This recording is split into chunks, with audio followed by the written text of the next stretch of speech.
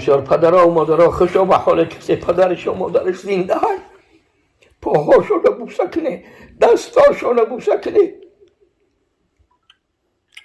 حالا بعضی ما و شما بابای جون یا اچه جون یا ابای جون گفتن یاد نگرفتیم که ابای جون بگیم.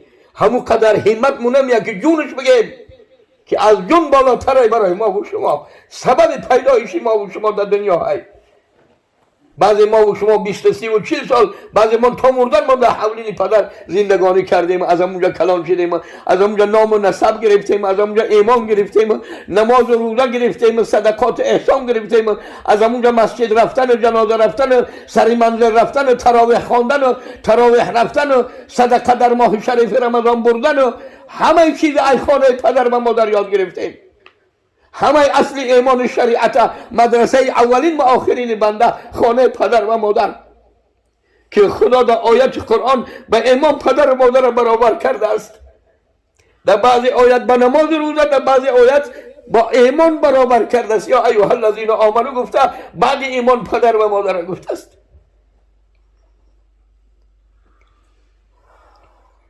100,000 رکعت نماز نفل بخوان، خدا قوتت بتیا، همتت بتیا.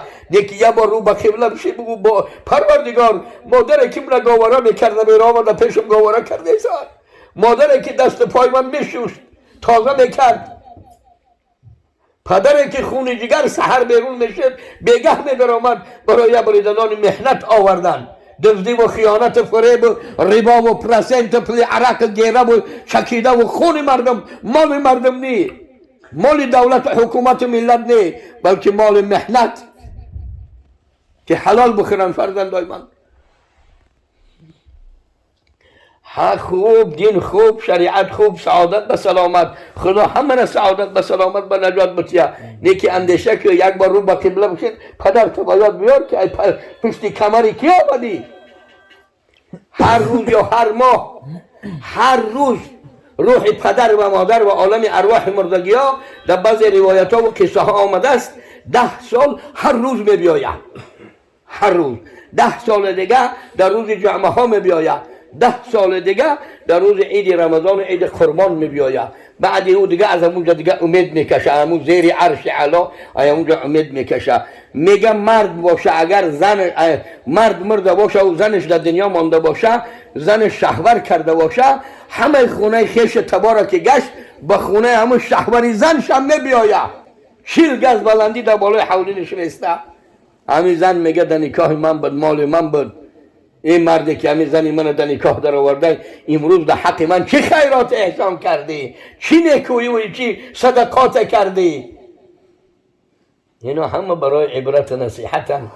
چی شما آسمون هم تکل و لبند غلطی ده، پدر و مادر نداره، پدر و مادر را پابوسی کنه. این پدر و مادر در ما و شما این خیلی با پدر و با از بسیاری پدر و مادر اینا فرق میکنن. نکی این پدر و مادرشون یاد کنن.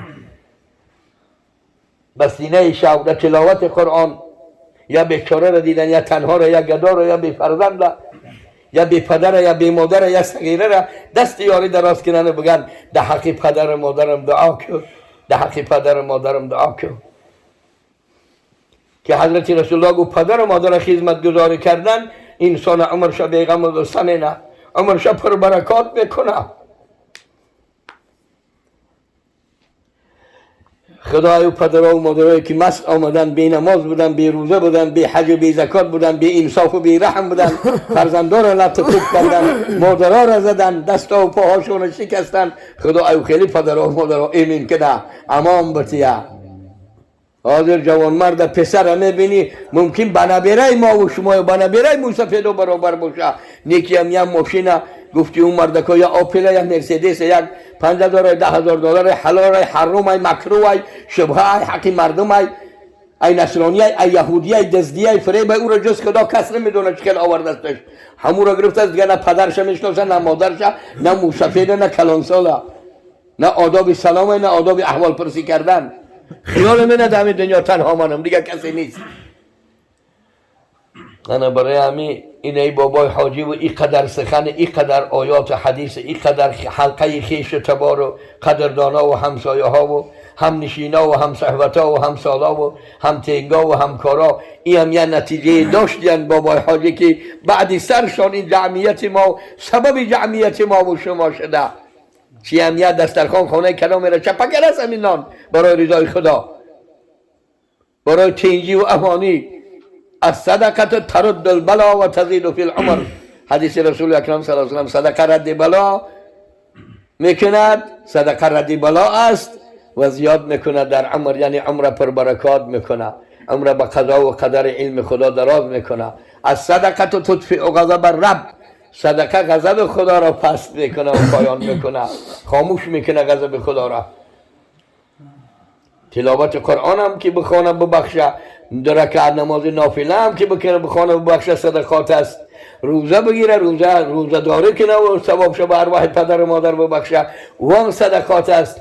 چاهی بکنه یا آبیاری کنه، او هم صدقات است. درختی هم بشنانه و صفه و سایه کنه که در او مردما بشینن، این هم صدقات است.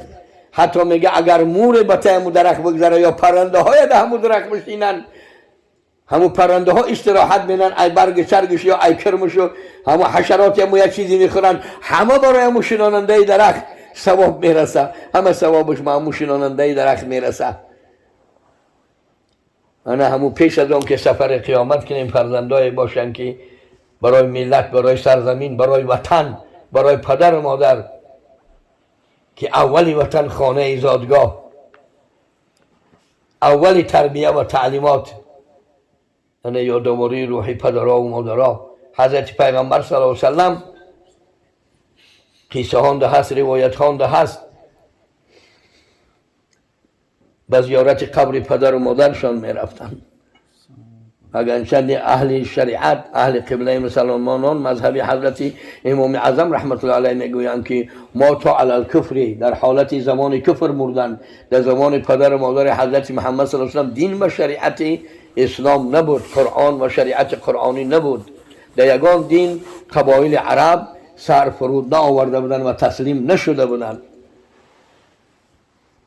برای همین شاید که بابای حاجی هم خیلی بسم الله و الحمدلله گفتم که این سبب این پول و مال این دسترخوان این نان و تشکیل این همه در مقدره، همه در حوضی هست، همه الحمدلله. وطن هم قدر سیری و پری ای که وطن هم قدر تنجی و امانی ای که شکر الحمدلله الحمدلله الحمدلله. بسیار بسیار شکرگزار. پروردگار از فضل کرم و رحمتش هر چی گفتیم به فضل کرم و رحمتت، از روی رحم شفقت و مهربانی و رسانندن امانت خدا و دین خدا و شریعت خدا اولا به گوش دل ما برسان خدایا، و ثانیاً به گوش دل شنوندگان و به تمام امت محمد صلی الله علیه و سلم، تا در راه و رضای خدا، در خدمت خدا و رسول خدا، در پیروی کتاب خدا و سنت محمد مصطفی، در پیروی شریعت پاک غرای محمدی، و در خدمت پدر و مادر، در خدمت وطن و ملت، در خدمت قوم و قبایل و خیش تبار و عشیره. کما حمدت نفسك و ذاتك و صفاتك، الثناء الجمیل لك بیدك الخیر، فبفضلك وجودك وذاتك وصفاتك تقبل منا دعاء وبلغ ثواب ما حصل من ذكرك وشكرك وحسن طاعاتك وعباداتك من أهل سبع السماوات والأرضين، وبلغ ثواب ما حصل من تلاوة القرآن، من ذكر أوصافك وأسمائك، ومن ذكر أوصاف محمد عبدك ورسولك الأمين، إلى روح رحمة للعالمين، آله وصحبه، إلى أرواح جميع الأنبياء والمرسلين والشهداء والصالحين، أصدقائك وحبائك أوليائك في العالمين، إلى أرواح أهل الصدقات والإحسان، إلى أرواح المتوفى المذكور وجميع أمة محمد عليه الصلاة والسلام، ومن قال لا إله إلا الله محمد رسول الله ثم استقام. اللهم اغفر لنا ولهم جميعا، واحشرنا في زمرة نبينا والصديقين والصالحين والشهداء. اللهم ارحمنا وتجاوز عنا وارزقنا وعافنا وكل أحد من أمة حبيبك في العالمين.